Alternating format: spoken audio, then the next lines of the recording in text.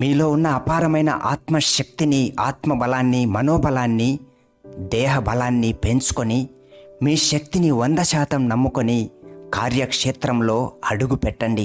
భయం కానీ, బాధ కానీ రెండిటిని తిప్పికొట్టి అపారమైన శక్తి మీలో నుంచి పొంగుకొస్తుంది అని నమ్ముకుంటూ ఒక లక్ష్యం కోసం 100 సార్లైనా సరే ప్రయత్నించి చూడండి. ఓటమి, గెలుపులు రెండిటిని పక్కన విసిరికొట్టి కేవలం మీకు మీరుగా మీలోని శక్తిని, మీ మనోబలాన్ని, దేహబలాన్ని 100% ప్రయోగించి చూస్తే ఎలాంటి అద్భుతమైన ఫలితాలు వస్తాయో ఒక్కసారి చూడాలి అనే ఒక్క ఆలోచనతో ముందుకు కదలండి. ఏమాత్రము నెగిటివ్ ఆలోచనల ప్రభావం మనస్సు మీదకి రానివ్వకుండా మీ శక్తిని మీరు దృఢంగా, శక్తివంతంగా, చైతన్యవంతంగా నడుపుకుంటూ ముందుకు కదులుతూ ఉన్నట్లయితే మీ సంకల్ప బలం రోజురోజుకు రెట్టింపు అవుతూ ఉంటుంది. భయాన్ని, బాధని మనస్సులో, హృదయంలో సృష్టించుకొని మంచి ముహూర్తం కోసం లేదంటే మంచి అవకాశం కోసం ఎదురు చూస్తూ సంవత్సరాలు కాలాన్ని వెళ్లదీస్తూ ఉన్నప్పుడు మానసికంగా, శారీరకంగా సోమరితనం, బద్ధకం ఆవహించేస్తాయి. మీకంటూ మానసికంగా, శారీరకంగా ఒక లక్ష్యం అనేది లేకపోతే ఇతరుల లక్ష్యాల కోసం మీరు లొంగి పని చేయటానికి సిద్ధపడాల్సి వస్తుంది. అలాంటి పరిస్థితిని మీరు వద్దు అనుకున్నట్లయితే మనస్సుకు, శరీరానికి శక్తివంతమైన మార్గాన్ని చూపించే సొంతంగా ఒక లక్ష్యాన్ని మీకు మీరే ఇప్పుడే నిర్దేశించుకోవటం మొదలుపెట్టండి. ఎందుకంటే మనస్సులో శక్తివంతమైన ప్రణాళిక, శక్తివంతమైన లక్ష్యం, శక్తివంతమైన పని ఏది లేకపోతే మనిషి ఏదో చేస్తూ ఉన్నట్లుగా అనిపిస్తూ ఉంటుంది.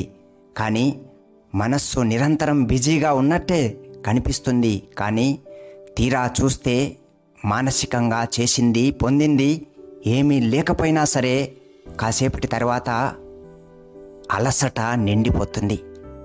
కావాలంటే 1 గంట ఉత్త చేతులతో కూర్చొని దిక్కులు చూస్తూ గడపండి. గంట తర్వాత గమనించండి, ఏదో చేశాము అని మనస్సుకు అనిపిస్తుంది. కానీ పొందింది మాత్రం పూర్తిగా శూన్యమే. మనస్సు బలహీనంగా, లక్ష్యం లేకుండా ఉండటానికి కారణం ఒక్కటే, మిమ్మల్ని మీరు బలహీనంగా చూసుకోవటమే, మిమ్మల్ని మీరు అసమర్థులుగా భావించుకోవటమే, మీ గురించి ఇతరులు ఏదో అనుకుంటున్నారు అని విశ్లేషించుకుంటూ కూర్చోవటమే. ఈ రకమైన మానసిక అనారోగ్యం నుంచి బయటపడాలి అంటే మొట్టమొదటగా మీ శక్తిని మీరు దృఢంగా, బలంగా, చైతన్యంగా నమ్ముకొని తీరాలి. ఈ ప్రపంచంలో ప్రతి క్షణం, ప్రతి వ్యక్తిని నిరంతరం ముందుకు నడిపించేది తన లోపల దాగి ఉన్న అంతర్గతమైన మనోబలం, బుద్ధిబలం, దేహబలం మాత్రమే. ఈ గడ్డ మీద ఎవరు ఎన్ని రకాల ఘన చరిత్రలు సృష్టించారో మీరు గమనిస్తే ఎన్ని ఆటంకాలు ఎదురైనా సరే వాళ్ళు తమ బలాన్ని ప్రయోగించి, శక్తులను నమ్ముకొని, యుక్తులను ప్రయోగించి ముందుకు నడిచారే తప్ప వారికి బలం ఎక్కడో బయట నుంచి వచ్చింది ఏమాత్రం కాదు అని మీరు అర్థం చేసుకోగలుగుతారు. అందుకే మీ బలాన్ని మీరు ప్రయోగించటం మొదలు పెట్టేంత వరకు ఇతరుల బలాన్ని చూసి బెదరటం, లేదంటే మీ లోపల బలాన్ని పెంచుకోవటానికి వేరొకరి సహాయం కోసం ఎదురు చూడటం జరుగుతూ ఉంటాయి. బలాన్ని కేవలం నమ్ముతూ కూర్చుంటే, ప్రయోగించటం అనేది తెలియకపోతే పూర్తిగా వెనకబడిపోతారు. బలాన్ని నమ్మితే సరిపోదు, బలాన్ని ప్రయోగించటం కూడా తెలియాలి. బలాన్ని ప్రయోగించాలి అంటే తెగింపుతో కూడిన ధైర్యాన్ని ఉపయోగించాలి. ఎప్పుడైతే బల ప్రయోగం అనేది చేయరో అప్పటి వరకు బలం ఉండి కూడా మానసికంగా అనేక రకాల దౌర్బల్యాలు ఆవహించి మీ బలాలు మీకే తెలియకుండా అడ్డుపడతాయి. మహాభారత యుద్ధంలో మహావీరుడైనటువంటి అర్జునుడు కూడా తన బలాన్ని ప్రయోగించటం తెలియక కుప్పకూలి పరిస్థితుల ప్రభావానికి లొంగిపోయి అస్త్రశస్త్రాలు పక్కన పడేశాడు. ఆ వెంటనే కృష్ణుడు అర్జునుడికి బలాన్ని, ధైర్యాన్ని, శక్తిని పెంచుకునేలా ప్రేరేపణ కలిగించాడు. ఇక్కడ అర్జునుడు యుద్ధంలో తన ముందు ఉన్నటువంటి అందరు శత్రువుల కంటే అతిపెద్ద వీరుడే అయినప్పటికీ అలజడికి, ఆందోళనకు లోనైనప్పుడు తన బలాన్ని మరిచిపోయాడు. తన దగ్గర అత్యంత శక్తివంతమైన అస్త్రశస్త్రాలు ఉన్నాయి. అత్యంత ప్రచండమైనటువంటి కృష్ణుడు రథసారథిగా ఉన్నాడు అనే అద్భుత విషయాన్ని కూడా ఆందోళనకు లోనై మరిచిపోయాడు.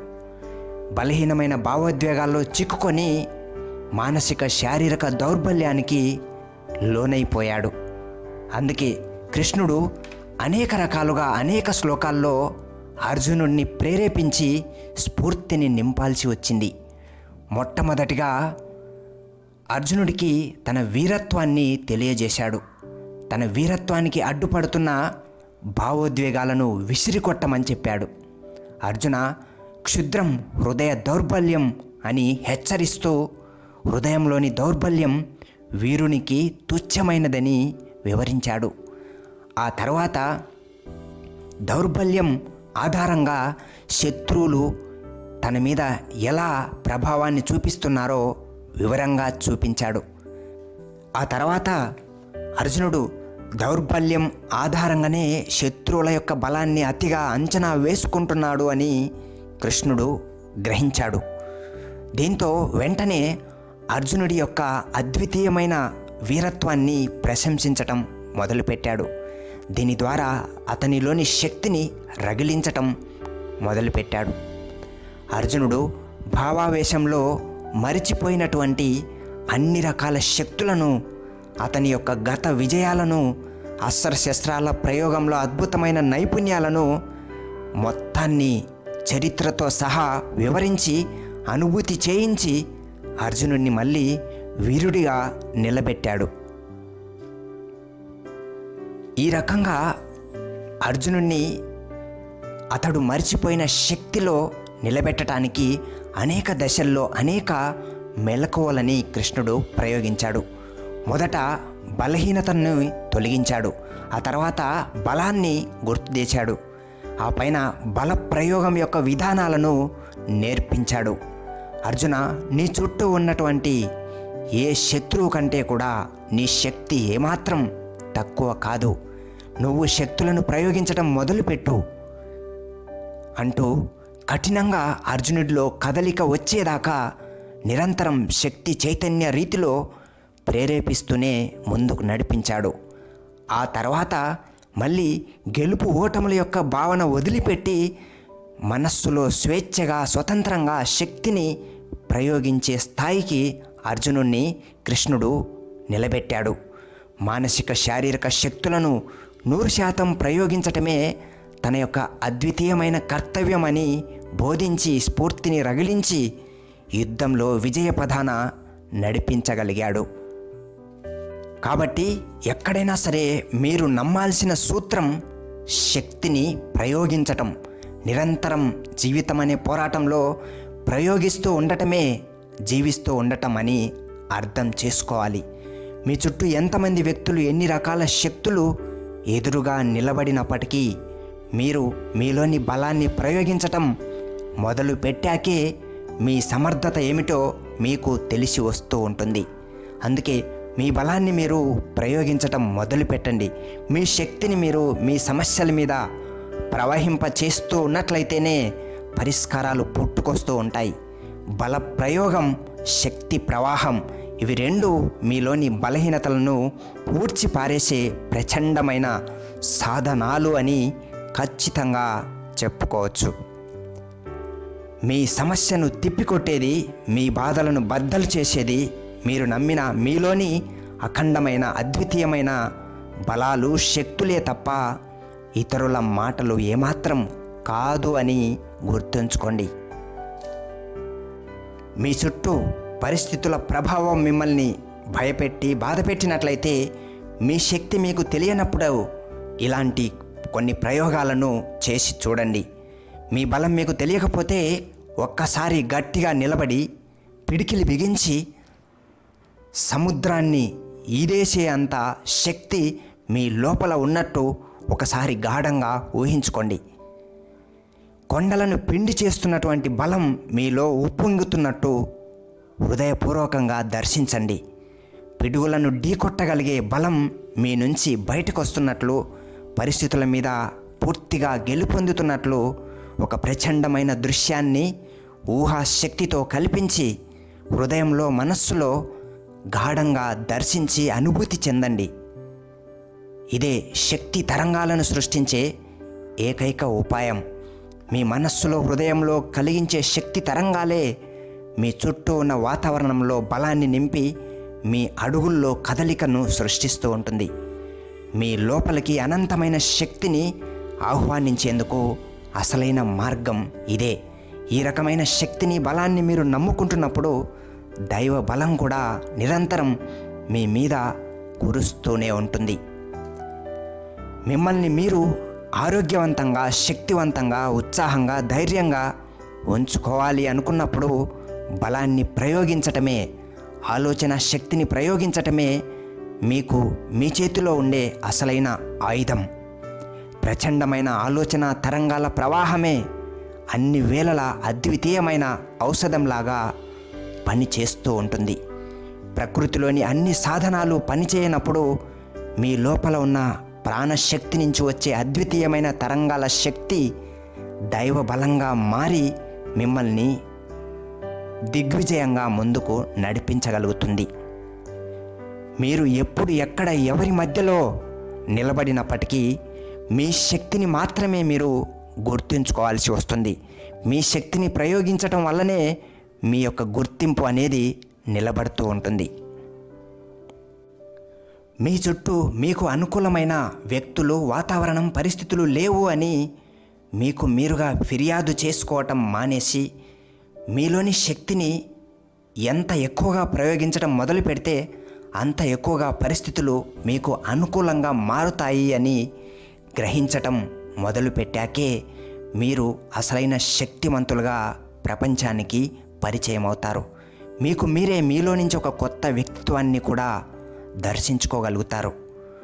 ఇక్కడ నలుగురు మీకు అడ్డుపడటానికి ముందుకు రావచ్చు. ఒకడు ఎదిగితే నలుగురు వెనక్కి లాగే ప్రయత్నం చేస్తారు. ఒకరు గెలుస్తుంటే మరొకరు అడ్డుపడి అనేక అవరోధాలు సృష్టించడానికి ప్రయత్నిస్తారు.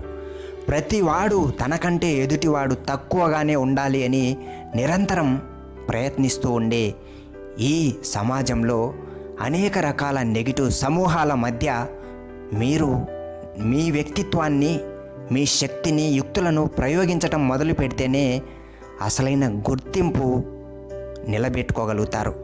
మీ గుర్తింపును మీరు ప్రదర్శించాలి అంటే తెగింపు చూపేంతగా శక్తిని, బలాన్ని ప్రదర్శించాలి. వ్యక్తిత్వాన్ని ప్రకటించుకోవాలి అని గట్టిగా మీరు నిర్ణయించుకున్నట్లయితే తెగింపుతో కూడిన ధైర్యాన్ని, శక్తిని ప్రదర్శించటం మొదలు పెట్టండి. లేదంటే పరిస్థితుల మధ్య, వ్యక్తులు సృష్టించే ఆటంకాల మధ్య తెగింపు లేని జీవితాలు ప్రబలమైన పరిస్థితులను తట్టుకోలేక అసంపూర్ణమైన ముగింపుతో వెనక్కి వెళ్ళిపోవాల్సి వస్తుంది. అందుకే అన్ని రకాల అస్త్రాలు, శస్త్రాలు, శక్తులు, యుక్తులు, బలాలు, శక్తులు అన్నీ కూడా మీరు ఆలోచన ద్వారా, మీలో ఉన్న నాలెడ్జ్ ద్వారా మీరు సృష్టించుకోవచ్చు, ప్రయోగించుకోవచ్చు అనే ఒక వేద సూత్రాన్ని గనక వంట బట్టించుకున్నట్లయితే ప్రతి పరిస్థితిలో ఉపాయాలని సృష్టించుకోగలుగుతారు. ఒక మురికిని మురికితో శుభ్రం చేయలేరు, చీకటిని చీకటితో తొలగించలేరు. ఒక బలహీనతకు మరో బలహీనత సమాధానం ఏమాత్రమూ కాదు. చీకటిని వెలుగు విసిరి కొట్టినట్లే బలహీనతలను బలం, చైతన్యం తిప్పికొట్టేస్తాయి. బలహీనతల్లో, బాధల్లో గెలిపించి నిలబెట్టేది మీలోని అంతర్గతమైన శక్తి, బల ప్రయోగం మాత్రమేనని ఖచ్చితంగా అర్థం చేసుకోండి. మీ లోపల దాగి ఉన్నటువంటి ప్రాణశక్తి అనేది మీ ఆలోచనలు, భావాలకు అనుకూలంగా మారిపోతూ ఉంటుంది. 4 రకాల బలహీనమైన ఆలోచనలు చేసినట్లయితే ప్రాణశక్తిలో బలహీనమైన తరంగాలు ఛార్జ్ అవుతుంటాయి. అలాగే 4 రకాల ప్రచండమైన శక్తి తరంగాలను సృష్టించుకుంటే ధైర్యాన్ని, బలాన్ని, ఉత్సాహాన్ని ప్రాణశక్తి మీ లోపల ఛార్జ్ చేసేస్తుంది. కాబట్టి ఈ విధంగా మీ నమ్మకాలను, ఆలోచనలను, బలాలను ప్రయోగించటం మొదలుపెట్టి ఫలితాలను దర్శించటం నేర్చుకోండి. ఈ రకంగా బలాన్ని నమ్మి మానసిక, శారీరక శక్తి ప్రవాహంగా మార్చినట్లయితే అన్ని సందర్భాల్లో ఎల్లవేళలా మీ శక్తి మీకు కలల్లో కూడా తోడుగా ఉండి ఆరోగ్యాన్ని, ఆనందాన్ని సృష్టించి గెలిపిస్తూ, నడిపిస్తూ ముందుకు సాగిస్తూ ఉంటుంది.